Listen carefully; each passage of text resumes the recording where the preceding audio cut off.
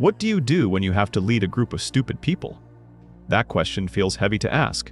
It's a lonely feeling. You see the goal so clearly, but your team just doesn't seem to get it. You feel like you have to drag them across the finish line. You explain things over and over. You fix their mistakes. At the end of the day, you feel drained, and you wonder why you're the only one who cares. The frustration is real. It can feel like you're running into a wall. But I want you to consider a different question. It's a harder question. What if they aren't stupid? What if the problem isn't them at all? This is a difficult thing to think about, but the feeling of leading an incapable team is often a sign. It's a sign that something is wrong with the way you are leading. This is not about fixing them. This is about fixing the way you see. It's about changing your approach. The path forward isn't about getting a better team. It's about becoming a better leader. It begins with understanding where that feeling of frustration really comes from. It doesn't come from them. It comes from a gap between what you expect and what is actually happening. To close that gap, you need to stop looking at them and start looking in the mirror. The word stupid is a judgment. It's not a real thing. It's a label we put on people when we run out of patience. It's a simple word for a complex problem. When you call someone stupid, you shut down your own curiosity. You stop trying to understand. You have your answer, and the answer is that the person is broken. But people are rarely the problem. The problem is usually the situation. If you look closer at why someone is failing, you will almost always find a reason that has nothing to do with their intelligence. The reason is often invisible to you. First, think about information gaps. You live with your goals every day. You know the history of the project. You know the larger plan. They don't. They only know the small piece of the puzzle you have given them. You might see their actions as foolish because you have information they lack. They are not playing with a full deck of cards because you are holding some of them back. You forget that what is obvious to you is a mystery to them. You are living in a different reality. Fear is another powerful reason. In many places, making a mistake can be costly. It can lead to shame or punishment. When people are afraid, they do not take risks. They do not ask questions that might make them look foolish. They choose to do nothing rather than do something wrong.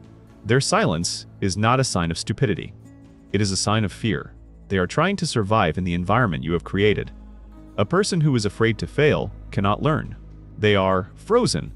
Your instructions might not be as clear as you think. You understand what you mean, but other people do not live inside your head. The words you use could have different meanings to them. The picture in your mind is not the picture in theirs. You give a direction and they hear something else. They go off and do a task, but it's the wrong task. You see the result and think they failed to listen. But maybe you failed to communicate. Clarity is the responsibility of the person giving the instruction, not the person receiving it. A person might also lack the right tools. We ask people to do jobs without giving them what they need to succeed. We ask them to build a wall, but don't give them enough bricks. We ask them to drive a car, but don't give them the keys. Then, when the job is not done, we blame the worker. We don't blame our own failure to provide for them. A person's performance is often a reflection of the resources they are given. To see them as stupid is to ignore the empty toolbox you handed them. Finally, people think in different ways. You might think quickly, in big pictures. Another person might think slowly, step by step. Their mind needs to move carefully from one point to the next. Your fast thinking sees their slow thinking as a weakness. You see their caution as a sign that they don't understand. But their way of thinking might be more thorough. They might see details that you miss in your rush. Their pace is not a measure of their mind. It is simply a different rhythm. To lead them, you must first understand their rhythm. You cannot force everyone to dance to the same beat. The label stupid is a way to avoid all of this thinking. It's easy. It puts the blame on someone else, but it doesn't solve the problem. The first step to leading a team is to throw that word away. Replace it with questions. Why did this happen? What information was missing? Is this person afraid? How could I have been clearer? Do they have what they need? When you start asking these questions, you stop being a judge and you start being a leader. There is a fog that surrounds every leader. It's a fog of their own making. It distorts how you see your team. It makes you feel like you are the only sane person in the room. This fog is created by the way your own mind works. If you do not understand it, you will always be a prisoner to it. The thickest part of this fog is called the curse of knowledge. It's a simple idea with powerful effects. When you know something, it becomes almost impossible to imagine what it was like not to know it. You have forgotten the struggle of learning. The facts are now obvious to you. The skills are easy. Because they are easy for you, you expect them to be easy for others. Think about tying your shoes. You do it without thinking. It's automatic. Now, try to explain how to do it to a small child. It's surprisingly difficult. You have to break it down into tiny, awkward steps. You might get frustrated. It's so simple, you think. But it's not simple for the child. You are cursed by your own knowledge. You cannot remember the feeling of clumsy fingers and confusing loops. As a leader, you are cursed in the same way. You have spent years learning your field. You know the history, the jargon, the hidden rules. When you talk to your team, you assume they know these things too. You use a shortcut or an acronym, and you don't realize they are lost. You present a new idea, and you can't understand why they don't see the brilliance of it immediately. It's because you have already connected all the dots in your mind. For them, it's just a page of scattered points. Their blank stare is not a sign of a slow mind. It is a sign that you are speaking from inside your curse. You are on one side of a canyon, and they are on the other. You forgot that you need to build a bridge of simple words for them to cross. The other part of the fog is a flaw in how we judge people. It is called the fundamental attribution error. It sounds complicated, but the idea is simple. When someone else makes a mistake, we tend to blame their character. If a team member misses a deadline, we think, he is lazy. If someone delivers a bad report, we think, she is incompetent. We attribute their failure to who they are. But when we make a mistake, we do the opposite. We blame the situation. If you miss a deadline, you think, I had too many other projects. If you deliver a bad report, you think, I wasn't given enough time or the right data. Your failures are because of your context. Their failures are because of their character. This is a deep-seated bias. It protects our own ego. But it is a disaster for a leader. It makes you see your team as a collection of flawed individuals. It makes you see yourself as a victim of their incompetence. You become bitter. You feel like you are surrounded by people who are not as dedicated or as smart as you are. Think about the last time you were late for something important. What was your excuse? You might have blamed traffic, or a meeting that ran long, or a family emergency. You likely did not think to yourself, I am a disorganized and disrespectful person. You gave yourself the benefit of the doubt. You understood your context. Now, think about the last time someone on your team failed. Did you give them the same benefit of the doubt? Did you ask what was happening in their world? Did you consider that they might have had their own version of bad traffic? Or did you jump to a conclusion about their abilities? This mental habit makes you a poor judge of reality. It fills your mind with stories about your team's flaws. These stories feel true, but they are often just that, stories. They are created by the fog. To be a good leader, you must learn to see through it. You must challenge your first thought. When you feel that spark of anger at someone's mistake, you must pause. You must force yourself to ask a different question. Instead of asking, what is wrong with this person, you must ask, what might be the situation that I am not seeing? This is not easy. It requires humility. It requires you to accept that your own perception might be wrong. You have to be willing to be the student, not just the teacher. You have to be curious about their reality. The fog of leadership is thick, but the moment you realize you are in it, you can begin to find your way out. It starts by questioning your own certainty. Once you see the fog, you can start to build a bridge through it. That bridge is made of clear communication. This is not about giving grand speeches or writing inspiring emails. It is about the simple, careful work of transferring an idea from your mind to someone else's mind, perfectly intact. This is a skill, and like any skill, it can be learned. The foundation of this bridge is plain language. Many leaders think that using complex words and technical jargon makes them sound smart. It doesn't. It creates confusion. It makes other people feel small. It builds a wall between you and your team. True intelligence is the ability to make a complex idea simple. If you cannot explain your plan in words a child can understand, you probably don't understand it well enough yourself. So, banish jargon from your vocabulary. Get rid of the acronyms and the corporate buzzwords. Speak in short, direct sentences. Use common words that everyone knows. Think of it as a courtesy to your listener. You are doing the hard work of translation so they don't have to. You are clearing the path for them. When you speak simply, You show respect for their time and attention. You are not trying to impress them. You are trying to connect with them. A connection is the start of all good work. The next part of the bridge is breaking things down.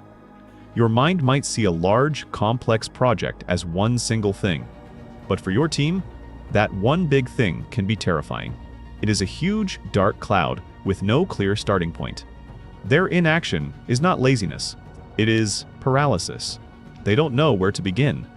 Your job is to be the person who breaks the big cloud into small, manageable raindrops. Take your project and chop it into the smallest possible steps. A person can't build a website. That's too big. But a person can choose a color for the buttons. They can write the text for the homepage. They can find 3 pictures of happy customers. Each of these is a concrete, achievable task. It has a clear beginning and a clear end. When you give someone a task they can complete in a short amount of time, you give them a gift. You give them a small victory. That victory builds confidence. It creates momentum. A series of small, clear steps is a pathway to finishing a large project. Your role is to light up that path, one step at a time. Do not show them the whole staircase at once. Just show them the next step. Showing is also better than telling. People learn in different ways. Some learn by listening. Many more learn by seeing. When you are explaining a concept, don't just use words. Draw a picture. A simple diagram on a whiteboard can be more powerful than a 30-minute speech. Use an analogy. Compare a new process to something they already understand, like cooking a meal or playing a sport. This connects the new idea to an old one already in their brain. If you are teaching a skill, demonstrate it.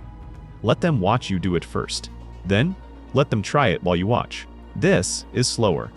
It takes more patience, but the understanding it creates is much deeper. Words can be forgotten, but the memory of doing something with your own hands lasts much longer. You are building muscle memory, not just intellectual understanding. Finally, you must build a way to check for understanding. Most leaders do this badly. They finish their explanation and ask, "Does that make sense?" or "Any questions?" This is a terrible way to check. Almost everyone will just nod their head. No one wants to be the only person who says no. It feels like admitting you weren't paying attention. Instead, you must ask questions that require them to explain it back to you. Use open-ended questions. Ask, "So, what are you going to do first?" Or, "Walk me through your plan." Or, "What do you see as the biggest risk here?" Their answer will tell you everything you need to know. It will reveal any gaps in their understanding. It will show you the parts you failed to explain well. When they explain it back to you, listen carefully. Do not interrupt. Let them finish. This is not a test to catch them. It is a check on your own ability to communicate. If they are confused, it is your fault, not theirs. Thank them for their explanation, and then clarify the point of confusion. This way, you make it a safe conversation. You are working together to find clarity. That is what building a bridge is all about. It's a shared project. Clear communication is crucial. But you cannot be there for every conversation. You cannot guide every single action. You will burn out. The goal is not to be a perfect leader who is always present. The goal is to build a system where the team can succeed even when you are not in the room. You need to build an engine that runs on its own. The most important part of this engine is a sense of safety. It is called psychological safety. It means that people on your team feel safe enough to be vulnerable. They feel safe enough to ask a stupid question. They feel safe enough to admit they don't know something. They feel safe enough to disagree with you. They feel safe enough to make a small mistake without fearing for their job. Without this safety, you will never know what is really going on. Your team will hide their problems from you. They will tell you everything is fine, right up until the moment a project completely fails. They will not offer their own ideas because they are afraid you will shoot them down. You will be leading a team of polite actors, not a team of engaged problem solvers. Creating this safety is your job. It starts when you model the behavior yourself. You must be the first to be vulnerable. Admit when you don't know something. Apologize when you make a mistake. When someone points out a flaw in your plan, thank them for their honesty. You are showing them what is acceptable behavior. You are making it safe for them to be human. When someone does ask a simple question, treat it with respect. The way you respond to one person's vulnerability is a message to everyone else. If you shame them, you have silenced the whole team. If you thank them, you have encouraged them all. The next part of the engine is creating simple, predictable processes. Your mind can handle chaos and ambiguity. You might even enjoy it. But for many people, chaos is stressful. It creates uncertainty. They spend more time worrying about what to do next than actually doing the work. Your job is to reduce this chaos. For any task that is done repeatedly, create a checklist, a simple step-by-step guide. This might feel like micromanaging, but it is not. A checklist does not control the person. It liberates them. It frees their mind from the burden of having to remember every little detail. Pilots use checklists. Surgeons use checklists. They do this not because they are stupid, but because they are smart. They know that human memory is fallible under pressure. A checklist turns a complex task into a simple routine. It ensures quality. It reduces errors. It makes it easy for a new person to learn a job quickly. It creates a feeling of calm and order. It is a tool of sanity in a world of disorder. By creating these simple processes, you are building a machine that can run smoothly without your constant attention. You are building a system that is stronger than any one person's memory. Finally, the engine needs a clear destination. Often, teams are given too many goals. They are told to focus on quality and speed and customer satisfaction and low cost all at the same time. This is confusing. When everything is a priority, nothing is a priority. As a leader, you must have the courage to choose. Pick the one thing that matters most right now. This is your one key metric. It could be reduce customer complaints by 10%. It could be ship every order within 24 hours. It could be get 10 new positive reviews this month. This single goal should be simple to understand and easy to measure. Post it on the wall. Talk about it every day. Celebrate every small bit of progress toward it. When you give your team one clear target, you give them focus. They know what winning looks like. They can make their own decisions by asking a simple question. Will this action help us move toward our goal? This gives them autonomy.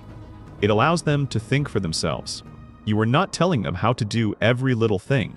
You are just pointing at the hill and saying, our job is to take that hill. A team with a clear, single goal, a safe environment, and simple processes is an engine that can achieve amazing things. It just needs a leader who knows how to build it.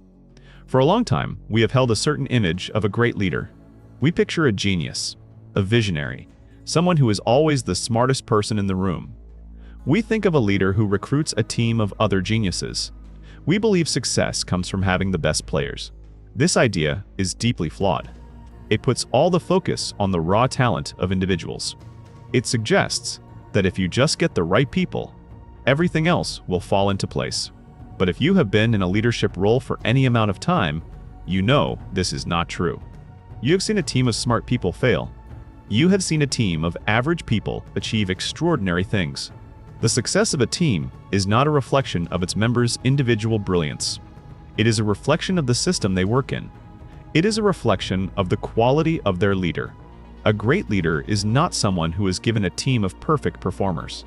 A great leader is someone who can take a diverse group of normal people, with all their human flaws and different ways of thinking, and build a system that allows them to be effective together. A great leader is an architect. They design the environment where others can thrive. They are not the star player. They are the coach who draws up the winning play. Your job is not to be the smartest person on the team. Your job is to make the team collectively smarter. Your job is not to have all the answers.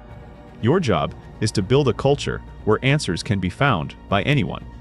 Your success is not measured by your own heroic efforts. It is measured by the team's ability to function well without you.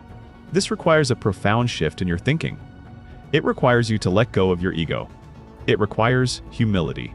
You must move from being the hero of the story to being the guide. You are there to serve the team, not the other way around. Your satisfaction should come from their growth, not from your own glory. So, the next time you feel that flash of frustration with your team, pause. The next time you are tempted to think that you are surrounded by people who just don't get it, take a breath.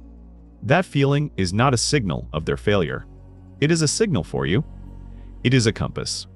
It is pointing you toward an opportunity to lead better. Instead of asking, what is wrong with them? Ask a different set of questions. What am I failing to see? What am I failing to provide? How can I be clearer? How can I make it safer? The answers to those questions will show you the way forward. They will not just make you a better leader, they will make you a wiser person. That is the real journey. The real work is not on them. It has always been and will always be on you.